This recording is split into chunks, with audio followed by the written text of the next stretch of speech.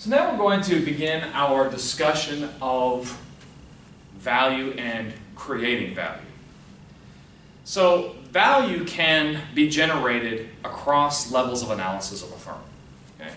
You can look at it from the lowest level of the firm, at the team or the manager or the strategic business unit level of a firm. So at that level, members, or even within a functional area, quite frankly, looking at functional strategies. But you have to understand that customer value, which is that distinctive value proposition meeting the needs or wants of a set of customers, has to be supported by and work with the value chain configuration of the firm, which is designed to generate a competitive advantage in the quest of meeting that firm. So down at any single level, strategic business unit or functional level has to work together as a part of a value chain to meet customer value. Then it can kind of move up the chain so that the economic performance of the higher level functions within a firm can also work together to support the overall economic performance of the firm and then in turn generate shareholder or owner value. Let me draw it out on the board. I think that'll clarify things. I'm going to draw a very basic organization. So at the top you have the CEO, and in theory the CEO answers to the board of directors. Call that BOD. And the board of directors represents the interest of owners or shareholders.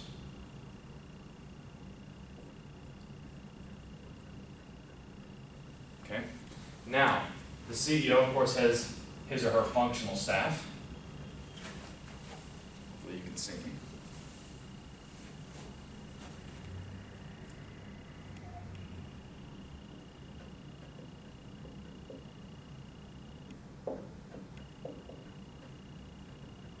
Okay. And down the line,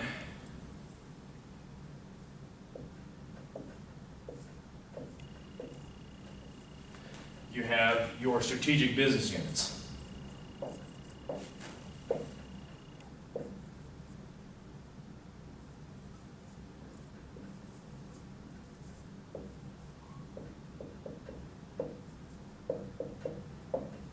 And I've labeled these A through G. Let me take just a second maybe to talk a little bit about this, right? Let's pretend we're talking about maybe cars. Ford, GM, take your pick, right? So Ford would have a strategic business unit. A strategic business unit is usually an entity or an economic activity in a firm that could possibly be a freestanding entity if they had to be. But they operate within the firm itself. So let's talk about GM. Maybe there's a section of GM that makes tires, windshields, doors, engines, exhaust pipes, air conditioners, etc., etc., etc., right? So what you need to understand is that customers have certain expectations about the way tires should be, in terms of safety or look, right? The way a door should function, right? How the air conditioning should work. That's what the customer wants. That's what the customer is willing to pay for, right? And so within the strategic business unit, there should be some sort of a value chain. In other words, the ability to manufacture the tires, the ability to acquire the rubber, and then the ability to send the rubber from the tires down to the people that make the axle and so on, right? And so all these different strategic business units together form a value chain as they are trying to assemble a car. And each step in the process should be a representation of what consumers want or need. And as all these things kind of start working together, of course they could also be supported by functional staff in some way as well, but as these things start working together across the value chain, they contribute to the overall economic performance of, I don't know, you could even make an extra level of analysis up here, right?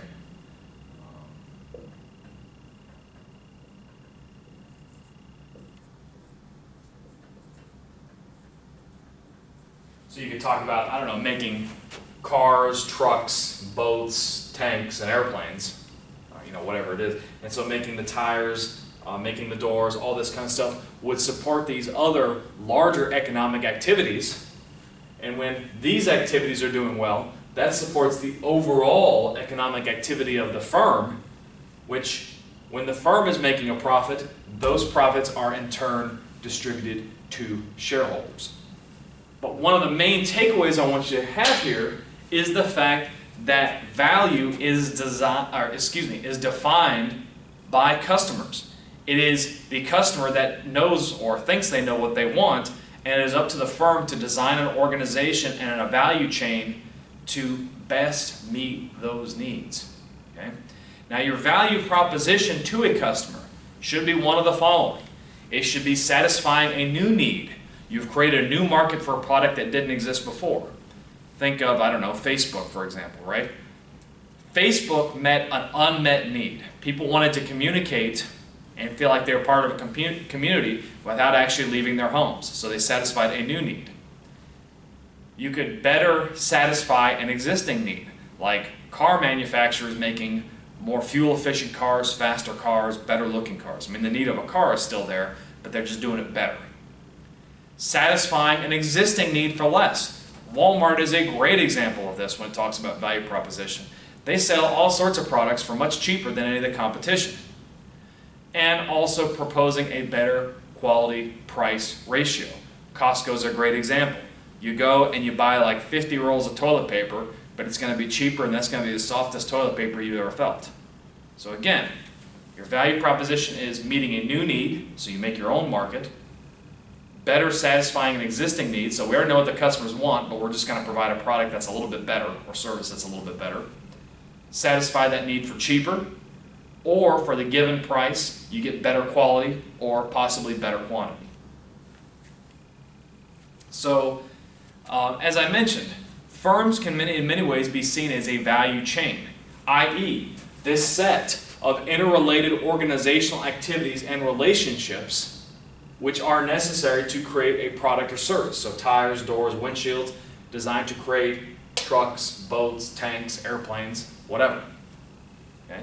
And the value chain encompasses the entire process. It starts with research and product development to marketing and after-sales services. And it would include primary activities like in your strategic business units, but then also your support activities like in your functional areas. Now, some companies are of course going to be better than others when it comes to executing some of the activities in your value chain. They could be more effective, so they could meet customer needs better, maybe better R&D, better marketing research. They could be more efficient, so they could do this stuff cheaper, or they could be totally unique. Let me give a couple of examples here. When you talk about more effective, I like to use Facebook again, right? Yes, MySpace was already in existence when Facebook came out, but Facebook met this relatively new need much, much better than MySpace did. You could talk about being more efficient, okay?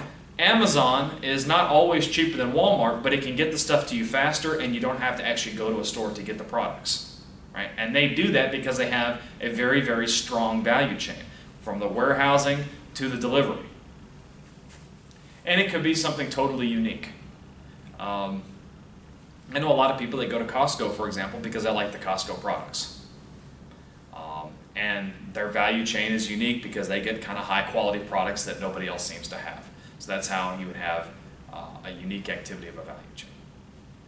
Now, performance in various activities of a value chain depend on a variety of things, right? It could be investments. Where do you take the your leftover capital, and where do you invest it? Do you invest it in financial markets to give you a little financial cost of capital, that kind of argument? Or do you invest it in better technology, or do you invest it in training and human resources? Do you invest it in developing new competencies within the organization? Or do you start looking at new and different forms of configuration? Watch my video on transaction cost economics to understand, are certain activities better performed in-house, or should they be outsourced? Should you go it alone in the market, or should you go in with partners or collaborators? What are the numbers of sites and locations that you use? And how do the different activities of the firm link with other activities? So what I've talked about right now is value generation, and I'm going to compare two different approaches to strategy as a quest for profit or more of a collaborative stakeholder approach. I'm looking forward to seeing you then. It should be another interesting module, and yeah, that's where we'll stop for now. See you then.